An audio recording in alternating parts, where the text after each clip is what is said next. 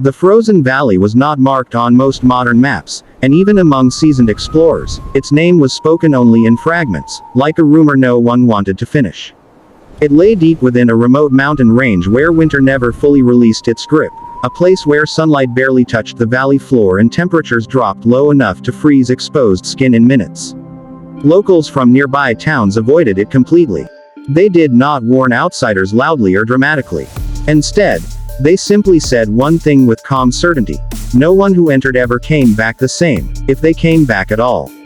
The story begins in the late 1980s when a group of American researchers decided to investigate the valley after satellite images showed strange thermal inconsistencies beneath the ice.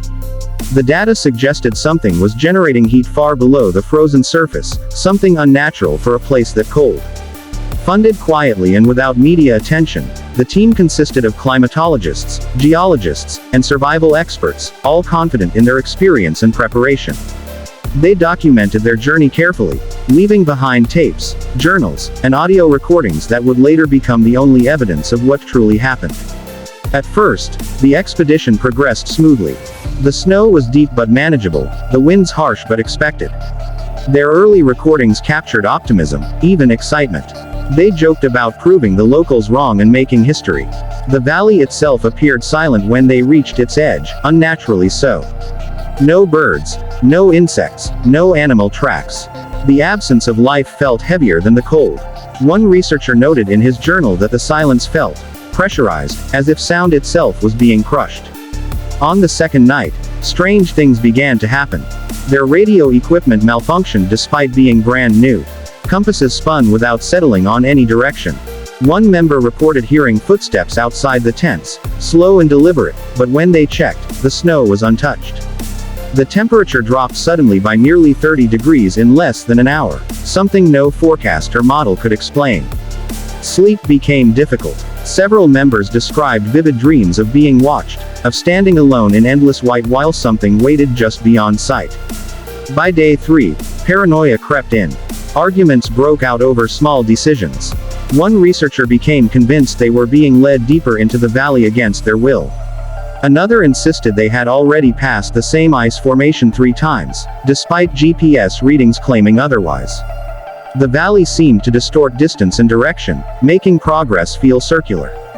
The mountains surrounding them appeared closer at night, as if slowly closing in. The first disappearance happened without warning. A geologist named Mark stepped away from camp to collect ice samples less than 50 yards away.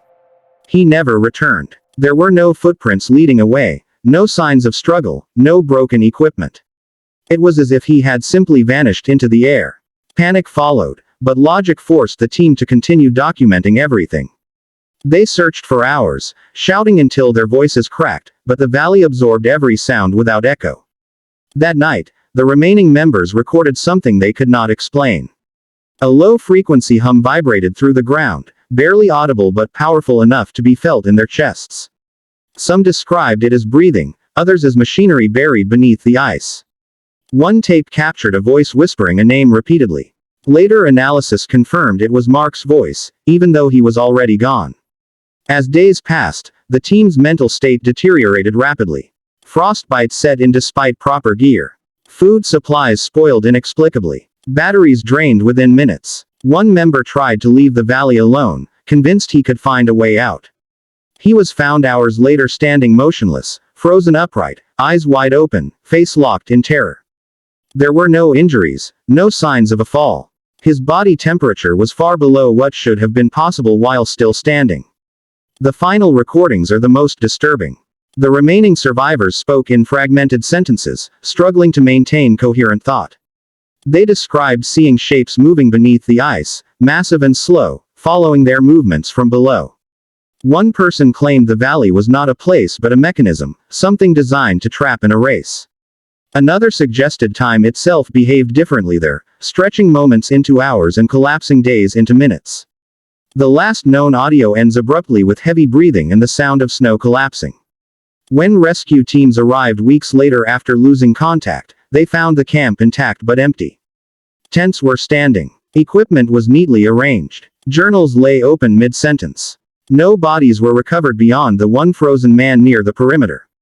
The valley showed no signs of disturbance, no tracks leading in or out.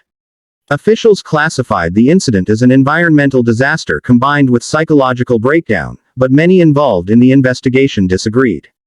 Independent analysts who reviewed the recordings noticed anomalies in the audio frequencies, sounds that did not match natural phenomena. Satellite images taken afterward showed the thermal anomaly had disappeared completely, as if whatever caused it had gone dormant. To this day, access to the frozen valley is restricted. Signs warn travelers of extreme danger, though they never explain why. Locals still avoid the area, and pilots refuse to fly directly over it. Some believe the valley is a natural trap created by unique geological forces. Others think it is something far older, something that does not belong to this world. What makes the story truly unsettling is not just that people disappeared, but that the valley remains unchanged, waiting. Snow continues to fall, ice continues to grow, and beneath it all, whatever once called out from the depths may still be there, silent now, but patient. Because valleys do not hunt. But something in that frozen place clearly did.